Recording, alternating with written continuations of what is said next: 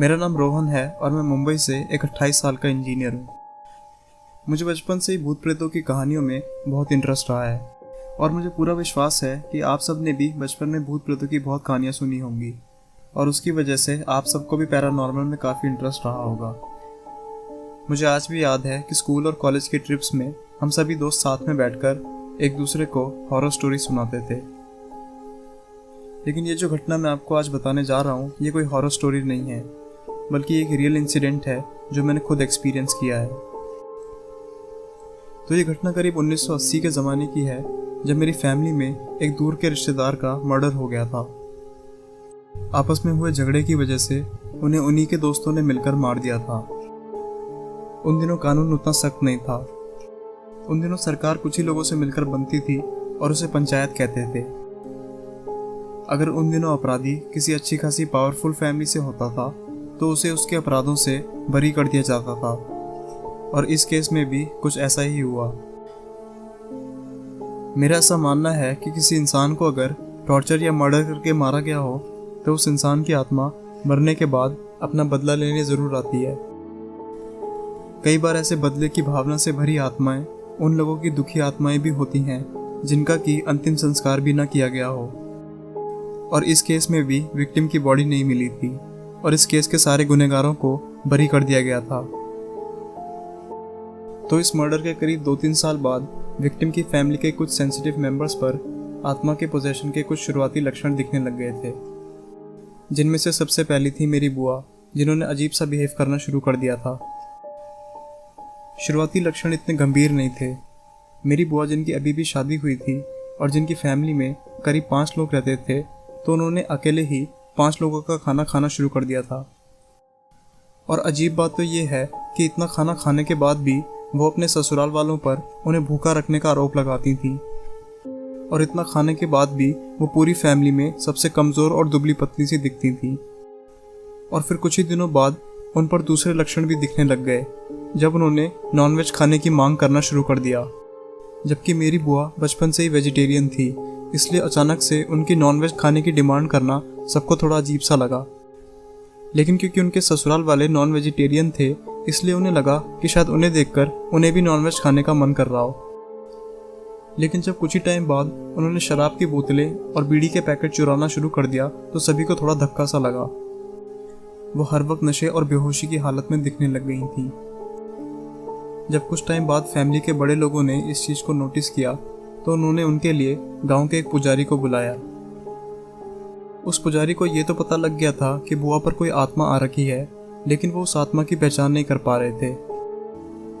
जो आत्माएं किसी पर कब्जा कर लेती हैं वो अक्सर झूठी और चालाक होती हैं, और वो अपनी पहचान को हमेशा छुपाने की कोशिश करती हैं। तो उस आत्मा ने मेरी बुआ को एक माध्यम के रूप में यूज़ किया और फैमिली के लोगों को बताया कि वो उनके पितृ देवता हैं और उनकी इच्छाओं को पूरा करना सभी का कर्तव्य है, और इस प्रकार वो कुछ दिनों के लिए रॉयल ट्रीटमेंट चाहती है। तो मेरे परदादा जी को इसमें कुछ गड़बड़ लगी और उन्होंने तुरंत पास ही के गांव से एक जाने माने ज्योतिषी को बुलाया। वो ज्योतिषी बहुत ही समझदार थे और बहुत ही लंबे समय से जादू टोना और ऑकल्ट की फील्ड में काम करते थे, और वो इतनी आसानी से बेवकूफ़ नहीं बनने वाले थे। उन्होंने अपनी नॉलेज का यूज़ करके ये पता लगाया कि ये आत्मा उस फैमिली मेम्बर की है जिसका कि कुछ सालों पहले उन्हीं के दोस्तों ने मर्डर कर दिया था। उसके बाद उस ज्योतिषी ने उस आत्मा को वश में तो कर लिया, लेकिन बदले और नफरत से भरी उस आत्मा को हमेशा के लिए भगाना उनकी शक्ति से परे था। फिर इसके अगले 9-10 सालों के अंदर उस आत्मा को अपना बदला मिल ही गया। उनके मर्डर के जितने भी गुनहगार थे उन सब में से एक को छोड़ के बाकी सबको अपने बिजनेस में बहुत बड़े लॉस हुए। उन सब की हेल्थ ख़राब हो गई, उनकी फैमिली में एक के बाद एक इश्यूज आ गए, वो सब डिप्रेशन में चले गए और फिर लास्ट में उन सब की डेथ हो गई। उन सब की मौत की वजह या तो बीमारी रही या फिर सुसाइड। लेकिन उनमें से एक गुनहगार जिसके साथ ये सब नहीं हुआ और जो बच गया था, उसे अपनी गलती का एहसास हो गया था और उसने अपनी गलती के प्रायश्चित के लिए अपने गांव के गणेश मंदिर में भगवान गणेश को अपना जीवन समर्पित कर दिया। उन्होंने अपना जीवन ज़रूरतमंदों की मदद करने में, मंदिर का काम करने में और क्षमा प्रार्थना करने में समर्पित कर दिया। मुझे बहुत सारे सोर्सेज से पता लगा कि उस आत्मा ने उस आखिरी गुनहगार को लुभाने की बहुत कोशिश की, लेकिन वो नाकामयाब रही। कहते हैं कि ये सत्य है कि ईश्वर के सच्चे भक्त को उनकी कृपा से इस संसार की कोई भी शक्ति हानि नहीं पहुंचा सकती। तो वह आखिरी गुनहगार कुछ साल पहले ही अपने बुढ़ापे में मरा था और मैं भी उसके अंतिम संस्कार में शामिल था। फिर जैसे जैसे साल बीतते गए वैसे वैसे उस आत्मा की शक्ति बढ़ती गई। मेरी बुआ और दूसरे रिश्तेदार ठीक चल रहे थे, लेकिन उन्हें साल में 1 या 2 बार उस आत्मा के कब्जे का दौरा पड़ता था। उस छोटी सी अवधि के दौरान जो लोग उस आत्मा के वश में थे वो अपने लिए और दूसरों के लिए भी खतरा थे। काफ़ी सारे तांत्रिकों, पुजारियों और ओझाओं को बुलाया गया, लेकिन वो सब नाकामयाब रहे। एक पुजारी ने कहा कि मेरी बुआ को राजस्थान के मेहंदीपुर बालाजी मंदिर में ले जाओ। हम उस वक्त बच्चे थे, हो सकता है 7-8 साल के हों, ठीक से याद नहीं है, लेकिन हम भी उनके साथ उस ट्रिप पर गए थे। वहाँ जो मैंने देखा, जब भी मैं उसे याद करता हूँ तो मेरे रोंगटे खड़े हो जाते हैं। जो लोग भूत प्रेत में विश्वास नहीं करते, मैं उनके लिए बता दूं कि ये वो जगह है जहाँ बुरी आत्माओं को भगाया जाता है। मेहंदीपुर बालाजी मंदिर दिल्ली से 255 किलोमीटर दूर राजस्थान के दौसा जिले में स्थित है। मंदिर के 3 मुख्य देवता हैं, भगवान हनुमान, प्रेतराज और भैरव। हजारों भक्त इस मंदिर में ठीक होने के लिए और बुरी आत्माओं को भगाने के लिए आते हैं।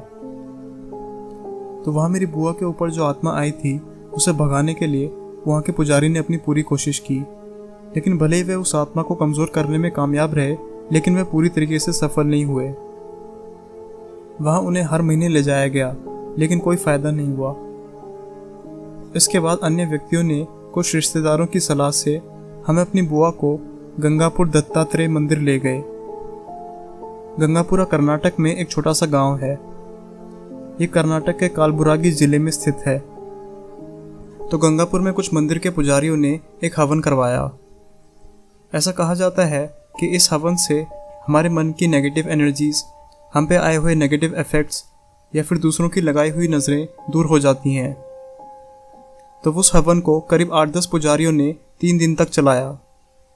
मेरी बुआ, जो कि अब डायबिटिक हैं और करीब 45 किलो की हैं, उन्होंने इस हवन के दौरान कुछ पुजारियों को चोटें भी पहुंचाईं, लेकिन उन पुजारियों ने उन्हें जल्दी काबू में कर लिया। और फिर थोड़ी देर बाद मेरी बुआ के अंदर जो आत्मा थी उसने बताया कि वो किसी को भी नुकसान नहीं पहुंचाएगी, कि वो अभी इस शरीर को छोड़ना नहीं चाहती है, और वो ना तो मेरी बुआ को नुकसान पहुंचाएगी और ना ही उनके फैमिली मेम्बर्स को, जिन्होंने भी भगवान की प्रार्थना करना शुरू कर दिया है। और फिर कुछ दिन बाद उन पुजारियों ने मेरी बुआ के अंदर से उस आत्मा को हमेशा के लिए निकाल ही दिया।